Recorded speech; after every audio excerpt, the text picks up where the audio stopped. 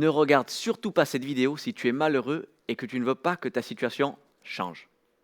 Non mais je suis sérieux, parce qu'après cette vidéo, il y a des choses qui vont changer pour toi. Par contre, si tu es en recherche du bonheur, alors tu es à la bonne place. Et reste jusqu'au bout, parce qu'ici, on va dévoiler les 3 secrets du bonheur selon la Bible. Alors, tu peux déjà commenter et le prendre par la foi et de dire je suis prêt à recevoir le bonheur. Et partage-le autour de toi, chez tous ceux qui pourraient en avoir besoin. Alors, j'ai choisi de parler du bonheur, parce que finalement, le bonheur, c'est un petit peu le but ultime de chacun d'entre nous. On est d'accord? Euh, on entend, moi je veux être riche, moi je veux me marier, moi je veux une maison. Mais en vérité, ce sont que des moyens pour arriver à quoi? À être heureux. La richesse, c'est pour s'acheter des choses qui nous font plaisir, c'est pour être heureux finalement. Donc tout le monde recherche le bonheur. Alors ce message, il s'adresse à tout le monde. Alors, premièrement pour les non-chrétiens, parce que on est d'accord, on est en France, dans le pays de la liberté, des droits de l'homme, ce que vous voulez. Mais en même temps, on est aussi le pays qui est l'un des plus gros consommateurs d'antidépresseurs. Et on a tous entendu parler de ce phénomène de dépression, de suicide, de personnes qui perdent le goût pour la vie. Et ce message, peut-être si tu te sens concerné par ces pensées-là, ben ce message, il s'adresse à toi. Mais ce message, il s'adresse aussi à des chrétiens. À des chrétiens parce que oui, on peut être sauvé et malheureux. Ça peut paraître un petit peu choquant dit comme ça, mais c'est vrai. Alors, maintenant, il est temps pour toi d'être honnête avec toi-même, de ne plus faire semblant de sourire juste pour ton témoignage, mais vraiment de vraiment rechercher. Et à la fin de ce message, tu verras que tu auras les clés pour être heureux, mais cette fois-ci pour de vrai. Alors que Dieu te bénisse, on avance ensemble. Premièrement, ce que je voudrais faire avec vous, c'est simplement de définir un petit peu ce que c'est que le bonheur. Premièrement, il faut faire la différence entre le plaisir et le bonheur. Le plaisir, ça va être quelque chose de très court, d'éphémère. Tandis que le bonheur, c'est quelque chose qui va se placer à une hauteur différente, à une dimension différente. C'est beaucoup plus profond, le bonheur. Par exemple, si tu sors d'une rupture, tu vas être triste, tu vas être malheureux. Mais par contre, tu vas pouvoir te faire plaisir en mangeant une glace. Tu comprends ce que je veux dire? Tu peux te faire plaisir tout en étant malheureux. Et il ne faut pas croire qu'on est les premiers, là, au XXIe siècle, à se réveiller, à se dire mais qu'est-ce que c'est que le bonheur et comment y arriver? Tous les plus grands penseurs, tous les plus grands sages ont eu cette quête du bonheur. Par exemple, on peut parler des Grecs. Dans l'Antiquité, bon, je vais te dire à peu près ce qu'ils pensaient en caricaturant, parce qu'on ne va pas se lancer dans des grandes explications, mais pour certains penseurs grecs, le bonheur se trouvait dans la satisfaction des désirs. Il fallait satisfaire tous ces désirs, tous les plaisirs de la vie pour espérer être heureux. Et c'est ce qu'on appelle aujourd'hui des bons vivants, ceux qui atteignent leurs rêves, qui n'ont pas de limite, des bons vivants. Mais un peu plus tard, on s'est rendu compte que c'était pas tout à fait ça. Satisfaire ces désirs ne suffit pas à être heureux. Et il y a un philosophe que j'aime beaucoup, mais qui, pour moi, que selon moi, a dit la phrase la plus triste du monde. Écoute bien. Il a dit « La vie est comme un pendule qui oscille de droite et de gauche, allant de la souffrance à l'ennui. » Mais quelle tristesse! Est-ce que tu arrives à t'imaginer? Tu souffres ou tu t'ennuies? Mais est-ce que c'est possible? Eh bien oui, il a raison. Tu sais pourquoi? Parce que quand tu vas désirer quelque chose qui te manque, quelque chose que tu n'as pas, alors là, il y aura de la souffrance qui va commencer à s'installer dans ton cœur. Parce que tu n'as pas et tu désires cette chose. Mais une fois que tu l'as, tu ne souffres plus. Mais là, tu t'ennuies. Parce que tu n'as plus rien à désirer. Et peut-être que là, tu es en train de te dire, je comprends mieux pourquoi je n'arrive pas à être heureux. Tout ce que je désire, une fois que je l'ai, je ne sais plus quoi en faire. Et ce que je n'ai pas, je souffre parce que justement, je ne l'ai pas. Alors, ça peut être la voiture, ça peut être une femme, ça peut être une maison, et après tu t'ennuies et tu manques de sens à ta vie. Alors après toutes ces définitions un petit peu tristes, il faut le dire, cette introduction un petit peu triste, on a le droit de se poser la question, mais est-ce que c'est possible de trouver le bonheur? Eh bien, laisse-moi te dire que je ne serais pas dans une église qui s'appelle « Tout est possible avec Jésus » si je pensais que le bonheur était impossible. Alors oui, le bonheur est possible. J'ai épluché pour vous plus de 250 versets bibliques qui parlent du bonheur et j'ai identifié 3 sources du bonheur. La première qu'on va voir ensemble, c'est le bonheur dans la révélation.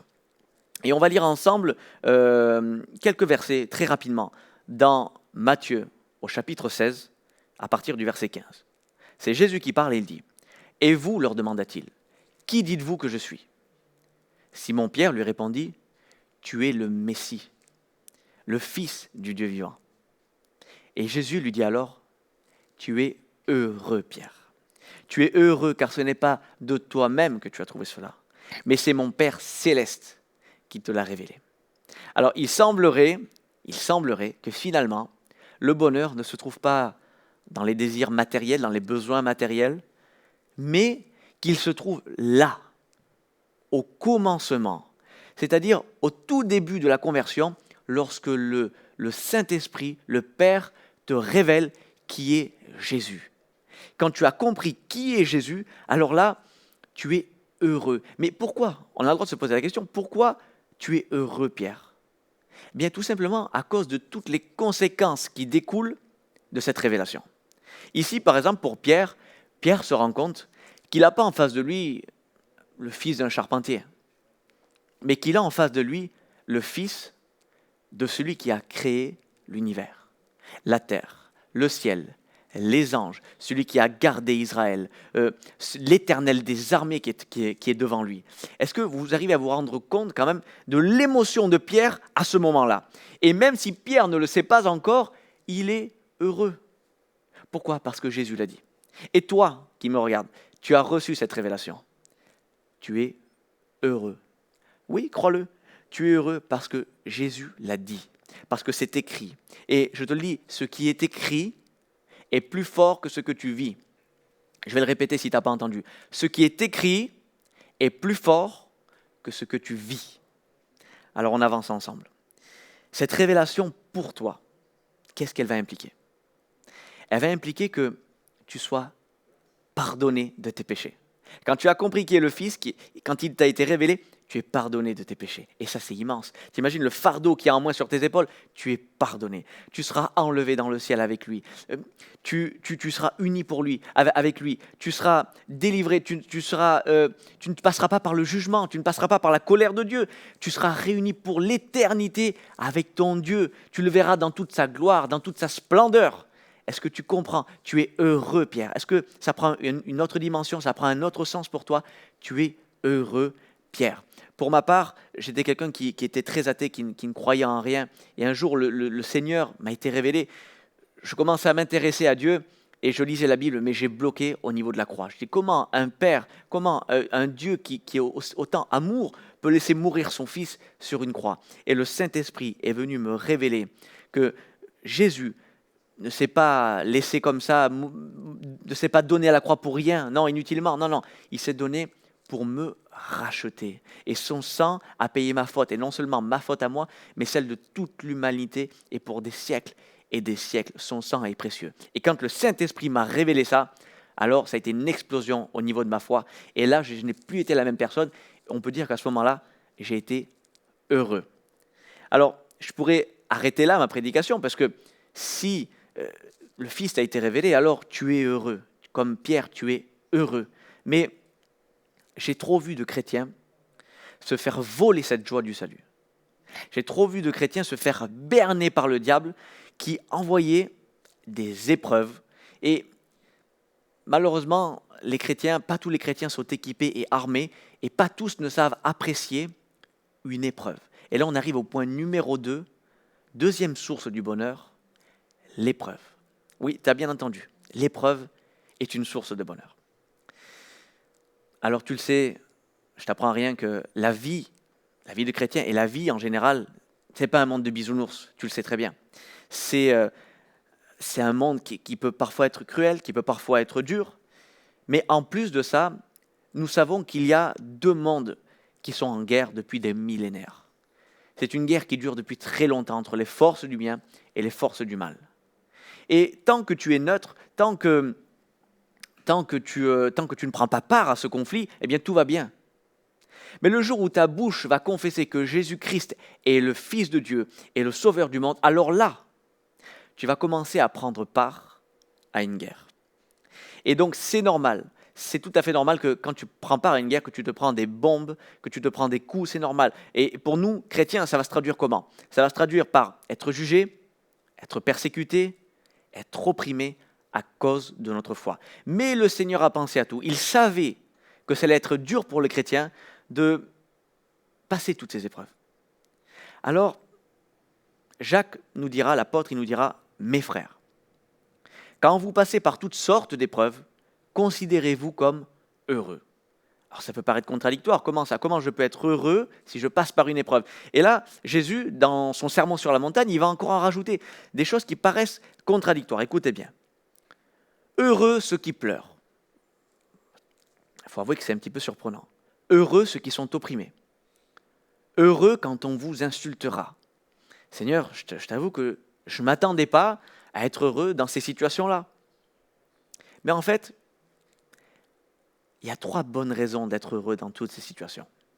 Et je crois que ça va te faire du bien d'écouter ça à toi qui es en train de traverser une épreuve.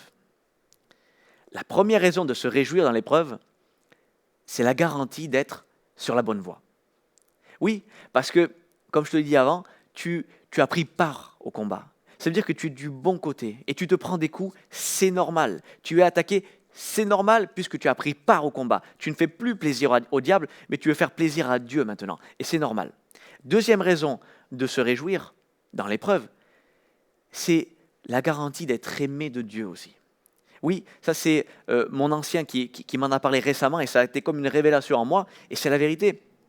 Le diable veut faire du mal à Dieu, mais Dieu est tout-puissant. Vous êtes d'accord avec moi? On ne peut pas toucher Dieu, on ne peut pas faire de mal à Dieu. Alors comment on va atteindre Dieu? Comment le diable pourrait atteindre Dieu sans toucher Dieu? Eh bien, il va toucher ceux que Dieu aime. Alors si tu es attaqué par l'ennemi, réjouis-toi parce que ça veut dire que tu as de la valeur aux yeux de Dieu. Sinon, le diable te laisserait tranquille. Et la troisième bonne raison de se réjouir d'une épreuve, écoute bien, c'est Jésus qui va la donner juste après son sermon sur la montagne. Il va conclure comme ça. Il va dire, oui, réjouissez-vous de tout ça, de toutes ces épreuves, de toutes ces choses difficiles. Et soyez heureux, car une magnifique récompense vous attend dans les cieux. Waouh! Jésus transforme ce qui est difficile en un système de récompense. C'est-à-dire que, Seigneur, là, tu es en train de nous dire, tu es en train de changer le mal en bien. Ce qui devait nous tuer, en fait, nous rend plus forts. C'est ce que tu es en train de nous dire, Seigneur? Tu es en train de nous dire que ce qui était à l'origine un obstacle qui aurait dû nous arrêter devient en fait un tremplin pour sauter plus haut. C'est ce qu'est en train de nous apprendre Jésus. Et là, il est en train de faire de nous des super soldats par ce système. Comprenez bien, imaginez un champ de bataille où il y a 2 armées qui s'affrontent, mais dans une armée, il se passe quelque chose de spécial. Quand un soldat prend une balle, au lieu de tomber et de mourir, il devient plus fort. Encore une balle, et il devient plus grand. Encore une balle, et il devient encore plus précis. Mais vous l'avez bien compris qu'avec des soldats comme ça, eh bien, l'ennemi fuit et la guerre est gagnée d'avance. Alors, le chrétien qui n'a pas compris cette dimension de l'épreuve va tomber assez vite. Mais celui qui l'a compris va se réjouir. Pourquoi? Parce qu'il sait que l'épreuve et les persécutions qu'il vit, en fait, ne font qu'agrandir sa récompense dans le ciel. Et avec ça aussi, son espérance et sa foi. Donc, je l'affirme, l'épreuve est une source de bonheur. Crois-le, toi qui m'écoutes, réjouis-toi. On t'a calomnié, alléluia. On t'a insulté, merci Jésus. On t'a exclu, gloire à Dieu. Loue-le, loue-le et loue-le encore dans le nom de Jésus parce que ta récompense sera grande dans le ciel. Et tu sortiras de ce désert plus vite que prévu. Tu verras. Juste pour conclure sur ce deuxième point, l'apôtre Paul va venir confirmer en disant nos souffrances actuelles ne pourraient être comparées à la gloire qui nous attend. Et il est temps de passer au dernier point maintenant. Parce que là, on a parlé de moments ponctuels. Une révélation, boum, une épreuve. On est fait pour sortir du désert, on est fait pour sortir de cette épreuve. Donc on se réjouit de l'épreuve, mais on veut en sortir aussi. Il n'y a pas que dans l'épreuve qu'on va trouver le bonheur, et heureusement. Alors comment trouver la dernière source du bonheur? Eh bien, ça va peut-être te surprendre, mais il y a un bonheur par les œuvres. Eh oui, je sais qu'on n'a plus l'habitude d'entendre ça, mais avant d'aller plus loin, je veux quand même distinguer deux choses. Le salut, on ne l'acquiert pas grâce aux œuvres. C'est une grâce de Dieu. Tes œuvres sont inutiles pour être sauvé. Et comme je l'ai dit avant, tu peux être sauvé et malheureux. Là, maintenant, on va parler de bonheur. Comment être heureux? Eh bien, il y a une puissance dans l'obéissance. Il y a du bonheur à accomplir les œuvres de Dieu, les œuvres préparées d'avance par Dieu. Et pour ça, on va lire un texte très vite dans l'Ancien Testament. Deutéronome chapitre 4 et verset 40. Qu'est-ce que le Seigneur nous dit? Obéis à ces lois et à ces commandements que je te transmets aujourd'hui. Pourquoi? Afin que tu sois heureux, toi et tes enfants après toi.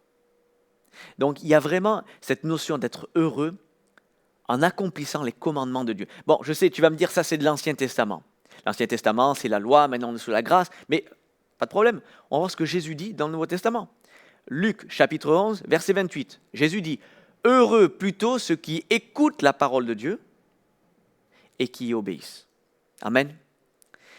Il y a une puissance quand on écoute la parole de Dieu et qu'on la met en pratique.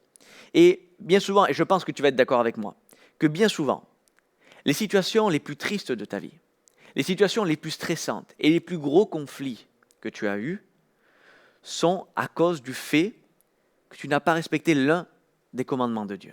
Réfléchis bien et je vais te donner un exemple. Par exemple, Jésus veut que tu pardonnes à ceux qui t'ont fait du mal.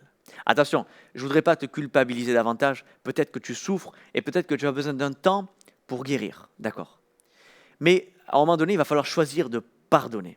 Et si toi, tu choisis d'entretenir ta haine, eh bien, ce que tu es en train de faire, c'est que tu es en train de donner la clé de ton cœur à l'ennemi. Et là, l'ennemi va en profiter pour te renfermer, pour t'emprisonner. Et après, tu vas te demander, mais pourquoi je suis malheureux? Mais pourquoi il m'arrive telle chose? Et pourquoi il y a des blocages dans la vie spirituelle? Et pourquoi je n'avance pas? Est-ce que tu comprends ça? C'est tout simplement la conséquence d'une désobéissance. Et quand le Seigneur nous annonce ses ordonnances, ses commandements, ce n'est pas simplement pour nous mettre des barrières, ce n'est pas simplement pour nous mettre des obligations, des pressions, non. C'est parce que c'est lui qui nous a créés. Il sait de quoi nous avons besoin. Et il sait que ces commandements sont libérateurs pour nous. Est-ce que tu comprends ça? Il y a vraiment une réelle puissance à appliquer les valeurs du royaume de Dieu. Alors, je sais, vous allez me dire, donne-moi du concret. Très bien. Alors, on va prendre quelques exemples très simples de la parole de Dieu. Ne méprise pas ton prochain, tout simplement. Tu verras, tu seras heureux. Ne vole pas. Alors, je vais te dire quelque chose d'assez insignifiant, en fait, d'assez bête, mais si tu voles et que tu te fais attraper, puis après, il y aura des conséquences, tu comprends? Et parce que tu as désobéi, tu vas vivre des situations de conflit, des situations de stress, des situations où tu seras embêté. Ne sois pas jaloux de ton prochain. Ne convoite pas. Parce que quand tu vas être jaloux, quand tu vas vouloir ce que tu n'as pas, ce que l'autre a, mais que toi tu n'as pas, tu vas rentrer dans une forme de souffrance. Encore une fois, la désobéissance va entraîner de la souffrance parce que tu as convoité, alors que le Seigneur t'a dit de ne pas convoiter. Ne mens pas. Si tu es jeune et que tu me regardes, si tu mens à tes parents et qu'ils vont le savoir, peut-être que ça va mal se passer pour toi après. Tu vas peut-être être sanctionné, être puni. Et après, tu vas dire, mais Seigneur, où tu es? Mais oui, mais le Seigneur te dit de ne pas mentir. Aide ceux qui sont autour de toi. Si quelqu'un est dans le manque, dans le besoin autour de toi et que tu peux lui donner quelque chose qu'il a besoin, alors donne-le. Vous savez, ce n'est pas pour rien si le Seigneur a dit il y a plus de bonheur à donner qu'à recevoir. Encore une fois, le mot bonheur. Alors j'en entends certains d'ici qui diront attends, là tu es en train de nous remettre sous la loi. Pour être heureux, il faut se remettre sous la loi. C'est un peu bizarre ta doctrine là. Je comprends. Peut-être vous vous dites, s'il faut respecter toute la loi, en plus, il paraît qu'il y a 613 commandements, alors s'il faut tous les respecter, c'est impossible d'être heureux. Alors, moi j'ai envie de vous dire, faux. Faux, faux et faux. Écoutez bien, parce que c'est possible de tout respecter. Oui, c'est possible de tout respecter. Écoutez bien, dans Romains, au chapitre 13, écoutez ce qu'il est dit. Car celui qui aime l'autre a satisfait toutes les exigences de la loi. Waouh, ça c'est du Nouveau Testament. Hein? Celui qui aime ne cause aucun mal à son prochain. Et attention, tenez-vous bien. Aimer son prochain, c'est donc accomplir toute la loi. Waouh! Donc là, vous avez une clé. Tu as la clé pour accomplir toute la loi. Et c'est simple, c'est l'amour. Est-ce que tu comprends? Alors oui, quelque part, je vous replace sous la loi, mais sous la loi de l'amour et de la grâce. Mon ami, mon frère, ma sœur, toi qui regardes cette vidéo, le bonheur est à ta portée. Il est juste là. Prends conscience de qui est Jésus. C'est la révélation et tu seras heureux. Prends conscience que tes épreuves sont une source de bénédiction. Tu seras heureux. Prends conscience que l'amour est la parfaite obéissance et tu seras heureux. Alors, laissez-moi conclure ce message dans le style de notre Seigneur Jésus, si vous me le permettez. On vous a appris que le bonheur se trouve seulement dans le ciel, mais moi je vous dis que le bonheur commence ici et maintenant.